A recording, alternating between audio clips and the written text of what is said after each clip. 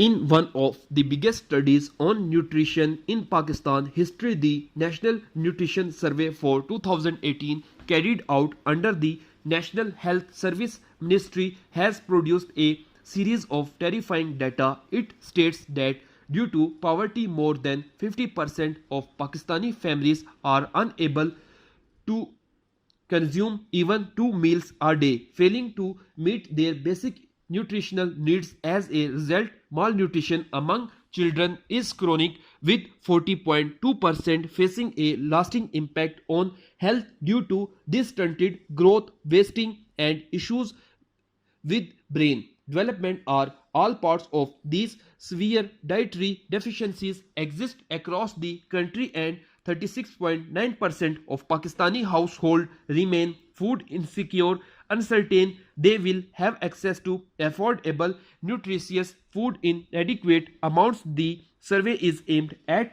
drawing the attention of authorities to the growing problem of malnutrition for Pakistani children. It may now reach its worst ever level in all 4 provinces as well as in Gilgit-Baltistan and Azad Kashmir.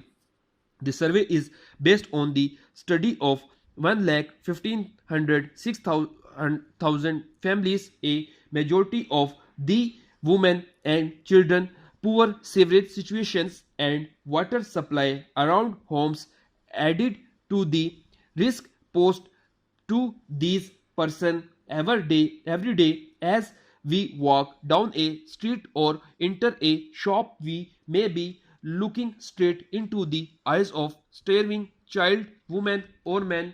This should be making us think.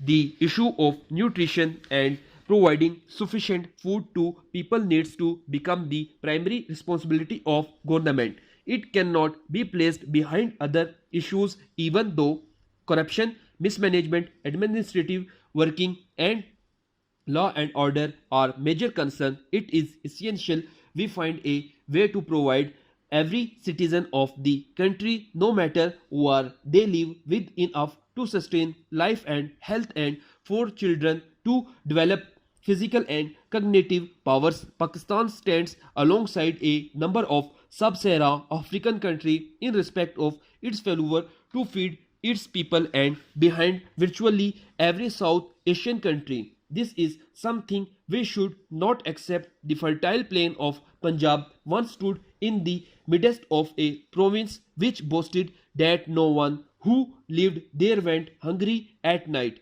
Today, this is no longer true. In urban centers, to hunger grow with rising inflation, undoubtedly adding to the pressure on families to simply scrap together a meal for their members. Perhaps we need to think along emergency lines and consider soap kitchen, free meals in school and other meals to save our people from starvation.